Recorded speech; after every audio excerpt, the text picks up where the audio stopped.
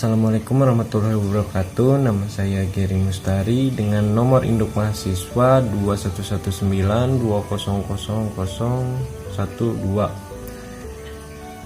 Sini saya akan menjelaskan tentang proses membuka dan menutupnya stomata.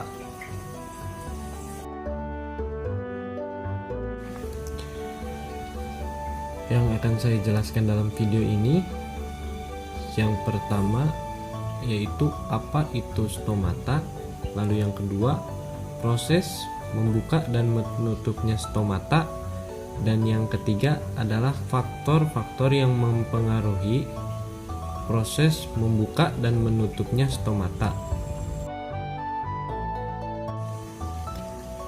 Pengertian stomata.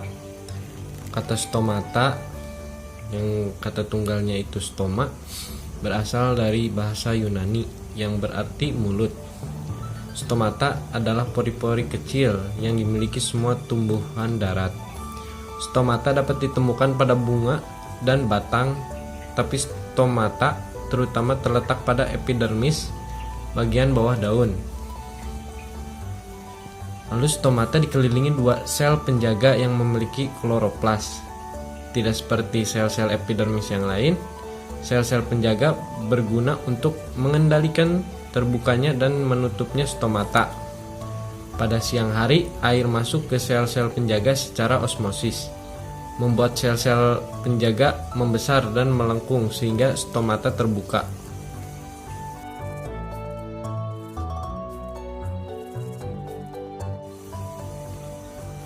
Proses membuka dan menutupnya stomata. Transpirasi sangat ditentukan oleh membukanya stomata. Stomata penting kalau air dari sel penutup keluar ke sel-sel sekitarnya.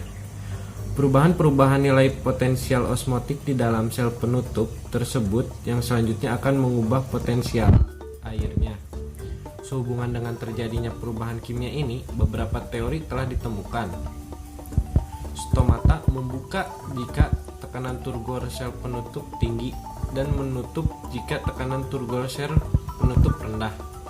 Ketika air dari sel tetangga memasuki sel penutup akan memiliki tekanan turgor yang tinggi. Sementara itu, sel tetangga yang telah kehilangan air akan mengerut sehingga menarik sel penutup ke belakang. Maka stomata terbuka. Sebaliknya, ketika air meninggalkan sel penutup dan menuju ke dalam sel tetangga, maka tekanan turgor di dalam sel penutup akan menurun. Sementara itu, sel tetangga yang mengakumulasi lebih banyak air akan menggelembung sehingga mendorong sel penutup ke depan, maka stomata tertutup. Menutupnya stomata akan menurunkan jumlah CO2 yang masuk ke dalam daun sehingga akan mengurangi laju fotosintesis. Pada dasarnya, proses membuka dan menutupnya stomata bertujuan untuk menjaga keseimbangan antara kehilangan air melalui transparansi dengan pembentukan gula melalui fotosintesis. Mekanisme membuka dan menutupnya stomata akibat tekanan turgor adalah tekanan dinding sel oleh isi sel. Banyak sedikitnya isi berhubungan dengan besar kecilnya tekanan pada dinding sel. Semakin banyak isi sel, semakin besar tekanan dinding sel.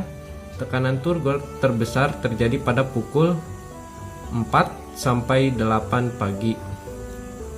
Stomata akan membuka jika kedua sel penjaga meningkat.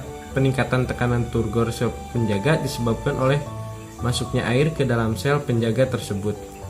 Pergerakan air dari satu sel ke sel lainnya akan selalu dari sel yang mempunyai potensi air lebih tinggi ke sel potensial air lebih rendah. Tinggi rendahnya potensial air sel akan tergantung pada jumlah bahan yang terlarut. Di dalam cairan sel tersebut, semakin banyak bahan yang terlarut, maka potensiometik sel akan semakin rendah. Dengan demikian, jika tekanan turgor sel tersebut tetap, maka secara keseluruhan potensial air sel akan menurun. Untuk memacu agar air masuk ke sel penjaga, maka jumlah bahan yang terlarut di dalam sel tersebut harus ditingkatkan.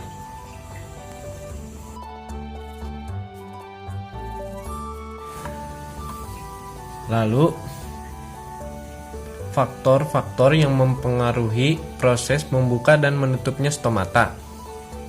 Yang pertama adalah faktor eksternal.